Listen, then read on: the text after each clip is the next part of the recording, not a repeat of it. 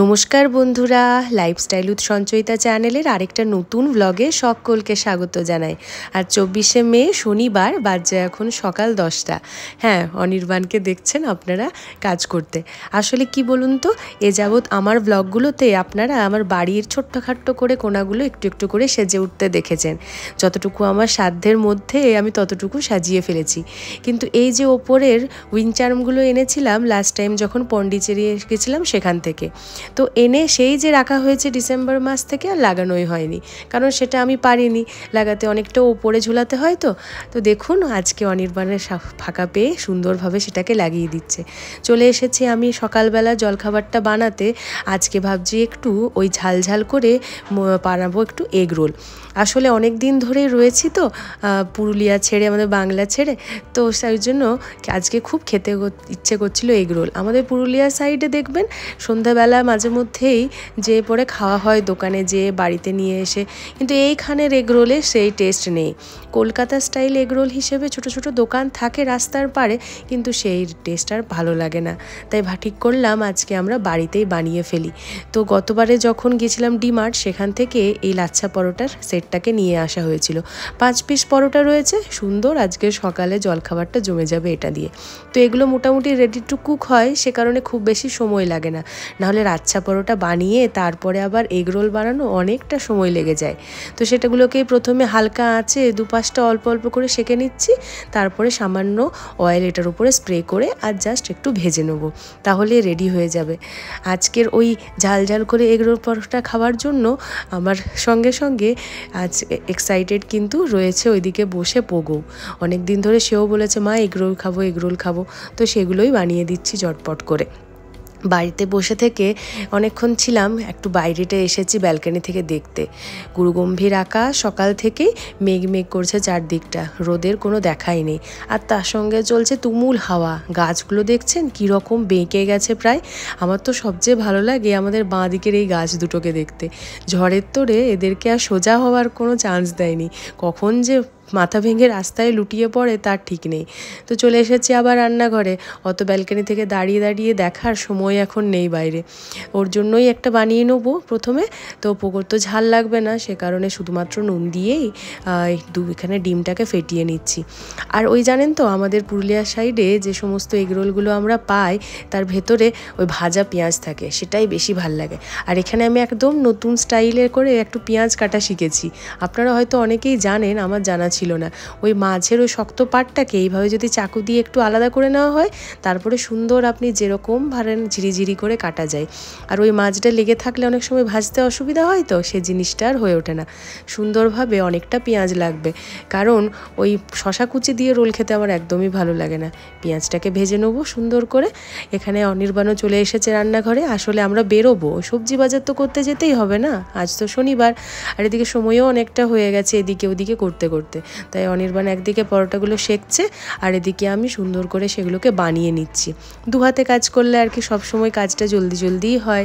পোকোকে ওদিকে বানিয়ে খেতে দিয়ে দিয়েছি, ওর খেতে অনেকটা সময় লাগে, তো এদিকে আমরা এরপরে ঝাল ঝাল করে বানাচ্ছি।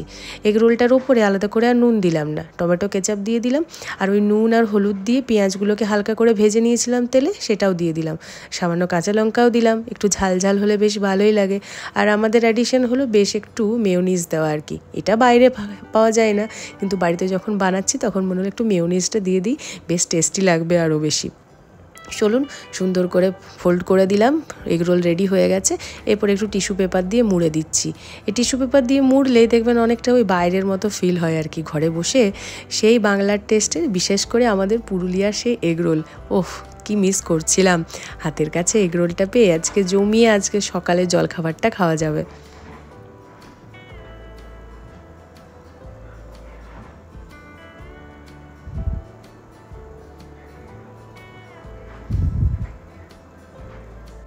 ওদিকে রোলগুলো আমি বানাচ্ছিলাম আর এদিকে দেখলাম অনির্বাণের দুদিকে দুটো উইন্ড চার্মই লাগানো হয়ে গেছে। উইন্ড চার্মগুলো দেখতে যত না সুন্দর তার চেয়েও বেশি ভালো লাগছে কখন জানেন, ওই যখন দরজা জানলা দিয়ে প্রচণ্ড হাওয়া এসে টুংটাং টুংটাং করে শব্দ বেজে যাচ্ছে। বাজার থেকে ফিরে চলে এসেছি, গোটা সপ্তাহের মাছ মাংস ডিম তার সঙ্গে সবজি ফল মূল সমস্ত বাজার আমাদের বাবা হয়ে গেল এই সপ্তাহের মতো। সেগুলোকেই সুন্দরভাবে এবার সাজিয়ে রেখে নিচ্ছি। পাবদা মাছ নিয়েছি মাত্র 2টা, ওই মা ছেলের একদিনের মতো হয়ে যাবে। একই জিনিস দুদিন খেতে চাইছে না পোকো কোনো রকমই। আর কত কম জিনিস আনবো বলুন তো। এই দেখুন না, যেমন রুই মাছটা নিইনি, রুই মাছ একটা নিল সেই তো 2-3 দিন ধরে খেতেই হচ্ছে দুজনকে।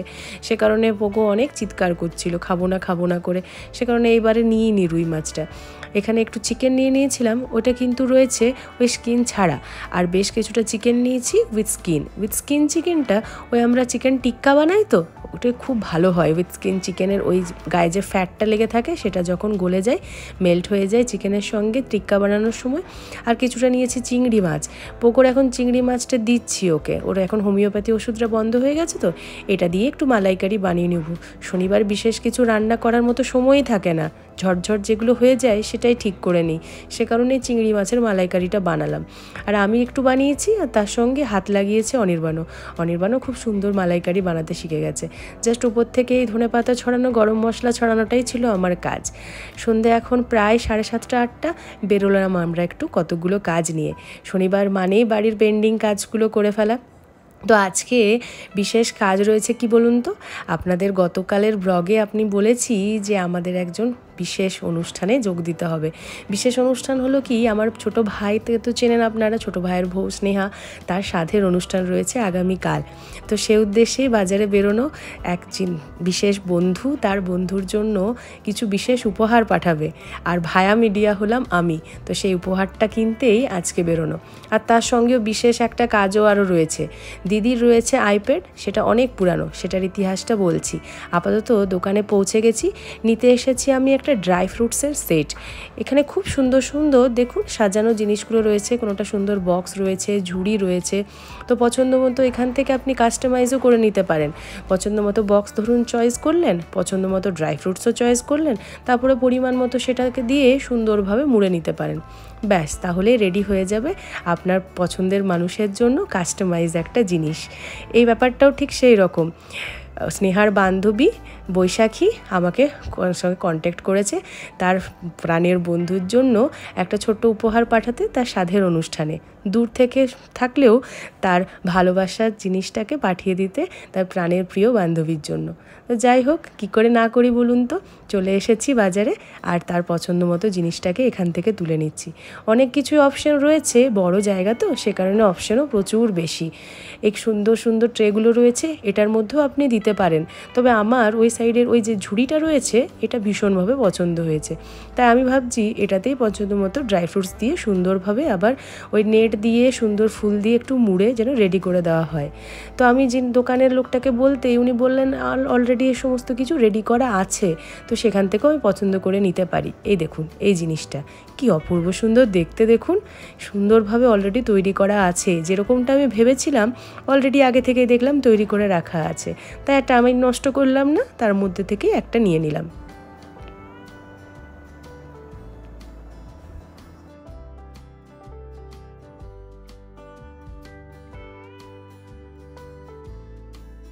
এসেছি আমরা একটু ফিনিক্স মলে। আসলে কি বলুন তো, দিদির রয়েছে একটা আইপ্যাড, সেটা বেশ পুরানো, প্রায় 12-15 বছরের পুরানো। তো সেটা কোনো কারণে আর অন হচ্ছে না, তো এখানে দেখাবো ভাবছি ডাক্তার, সে কারণে সেটা সাথে করে নিয়ে এসেছি। কিন্তু মনে হয় না আর খোলা আছে বলে, কারণ ঘড়ির কাঁটায় অলরেডি 9টা। আমরা সেই দেরি করেই বেরোই আর কি, যখনই এই সমস্ত কাজে বেরোতে সময় হয়। তো দেখলাম বাইরেটা কি সুন্দরভাবে সাজানো রয়েছে। সবসময় ফিনিক্সের বাইরেটা কোনো না কোনো থিমে সেজেই থাকে, এখন সেটাকে সুন্দরভাবে সাজানো হয়েছে হ্যালো কিটি, আর তার সঙ্গে এরোপ্লেন, সুন্দরভাবে রেনবোও রয়েছে। পোগো সেগুলোই দাঁড়িয়ে দাঁড়িয়ে দেখছে আর কি। তো ভেতরে ঢুকবো বলছে, এমনিতেই আমরা প্রচুর দেরি করে এসেছি, বন্ধও হয়ে গেছে এন্ট্রি গেট, তাই বাইরে থেকেই কিছুক্ষণ দেখলাম। এই দেখুন হলিডে ল্যান্ড এটার নাম দিয়েছে, আসলে সামার ভ্যাকেশন চলছে তো সে কারণে এই ধরনের সুন্দর কনসেপ্টে সাজানো। চলুন আমরা ভেতরে যাই। একদিকে সাজানো গুছানো সমস্ত কিছু দেখলাম, আইপ্যাডের মনে হয় না কোনো কাজ হবে। ওপরে যাই আর অনির্বাণের জুতো দেখার আছে। দেখি চলুন পাওয়া যায় কিনা মনের মতো সাধ্যের মধ্যে জিনিসপত্র এখানে, চলুন দেখি।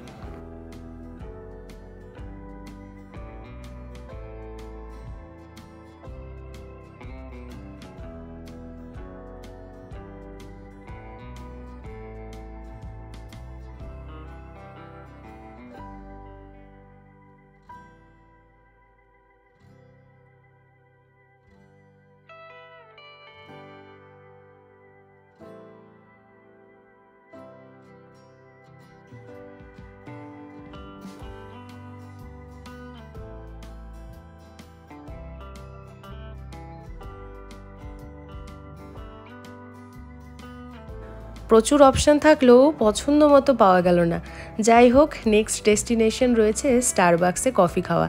এটা আমার ট্রিট আসলে, অনেক দিন ধরে ইচ্ছা স্টারবাক্সে কফি খাওয়ার। আমি জানি আমার মতো যারা কফি প্রেমী তাদেরও খুব ইচ্ছা একবার স্টারবাক্সে যেয়ে কফিটা খেয়ে দেখার। তো সে কারণে আজকে যখন সুযোগ পেয়েছি অনির্বাণকে বললাম চলো আমি আজকে কফি ট্রিট দিচ্ছি। প্রথমে ঢুকে চারপাশটা সুন্দর করে সাজানো রয়েছে, যে সমস্ত গ্লাসগুলো কফি মগগুলো সেগুলোই দেখছিলাম। কোনোটা রয়েছে স্টারবাক্সের লোগো দেওয়া, কোনোটা আবার লেখা রয়েছে, আবার কোনোটা বেঙ্গালুরু লেখা রয়েছে। এই ধরনের বিভিন্ন শেপ সাইজের কাপ, তো সেগুলোই ঘুরে ঘুরে দেখছিলাম, আর প্রাইসগুলো অবশ্যই সেটার সঙ্গে চেক করে নিচ্ছিলাম আর কি। কফির অর্ডার দেওয়া হয়ে গেছে, এখানে বসে বসে আমরা সেটাই ওয়েট করছি। পোগোও ভীষণ খুশি, ওর জন্য কফি নেওয়া হয়নি, ওর জন্য একটা আরও নতুন জিনিস অর্ডার করা হয়েছে। এই দেখুন, এই মিডিলে যে জুসটা রয়েছে সেটা হচ্ছে ড্রাগন ফ্রুট আর ম্যাঙ্গো ফ্লেভারের, তো সেটাই ওর জন্য অর্ডার করা হয়েছে।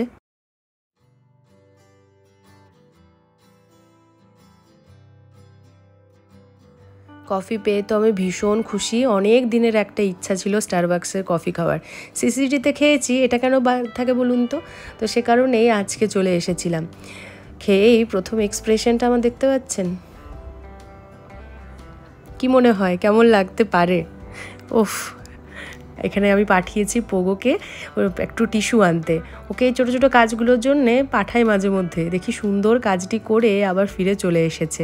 তাই কি বাজে কফি খেলাম, যাচ্ছা তাই কফি, মানে স্টারবাক্সে কফি কোনোদিনও খাইনি, ফার্স্ট টাইম ট্রাই করতে গেলাম, জঘন্য খেলাম, কি জঘন্য, আর খাবো না, একদম সিরিয়াসলি আর খাবো না। মানে আমি তুলনা করতে চাইছি না, এত বিচ্ছিরি একটা জায়গার সাথে আমি তুলনা করবো না। ট্রেনের কফি খাই সেই রকম, চলো এই তো চলো এবার উপরে যাওয়া যাক, কাজের কাজ কিছু হয়নি। প্রায় অনেকটাই রাত হয়ে গেছে, ঘড়িতে প্রায় 10:30। বাড়িতে ফিরে ডিনার করার মতো টাইম আর নেই। আমরা চলে এসেছি ফিনিক্সেরই ফুড কোর্টে, তো ভাবছি এখান থেকেই রাতের খাবারটা খেয়ে ফিরবো। অনেক দিনের ইচ্ছা ছিল পোগোর এই গো পিৎজাটা খাওয়ার, ডমিনোজের পিৎজা থেকে আবার গো পিৎজাটা আমাদের আবার বেশি পছন্দ। আর আমার ইচ্ছা কী ছিল বলুন তো, ওই কেএফসিতে যে রাইস বোলটা পাওয়া যায় সেটা আমার ভীষণ পছন্দের। দেখবেন বিভিন্ন জায়গায় বিভিন্ন ফ্রাইড চিকেন ঠিকই পাওয়া যায়, হয়তো কেএফসি স্টাইলের চিকেনও পাওয়া যায়, কিন্তু এই রাইস বোলটা সব জায়গায় পাওয়া যায় না। আমার অবস্থাটাও ঠিক সেই রকম, পুরুলিয়ার বিভিন্ন জায়গাতে ফ্রাইড চিকেন পাওয়া গেল, এই রাইস বোলটাকে আমি কিন্তু ভীষণ মিস করি। তাই আজকে যখন সুযোগ হলো আমি অনির্বাণকে বললাম আমি রাইস বোলটাই খাবো, ওটাই আমার বেশি পছন্দের এই ফ্রাইড জিনিসগুলো থেকেও। তো সেটাই আর কি অর্ডার করা হয়েছে, আর তার সঙ্গে পোগোর পছন্দের পিৎজা। খাওয়া দাওয়া শেষ করে আমরা বাইরেতে চলে এসেছি অনেকক্ষণ, কিন্তু বৃষ্টির জন্য দাঁড়িয়েছিলাম। কিছু করার নেই, এখন প্রায় টিপটিপ করে বৃষ্টি পড়ছেও, তা কিন্তু বাড়ি ফিরতেই হবে। তো অনির্বাণ গেছে গাড়িটা আনতে, আমরা এখানে সে কারণেই ওয়েট করছি। এই ভরা গরমে দেখুন আমরা কেমন সোয়েটার পরেছি, পোগো তার সঙ্গে টুপিও পরেছে। অনির্বাণকে রোজই এই বৃষ্টির মোকাবিলা করে অফিস যেতে হয়, তো সে কারণে রেনকোট একটা সব সময় অনির্বাণের ডিগিতে থাকে।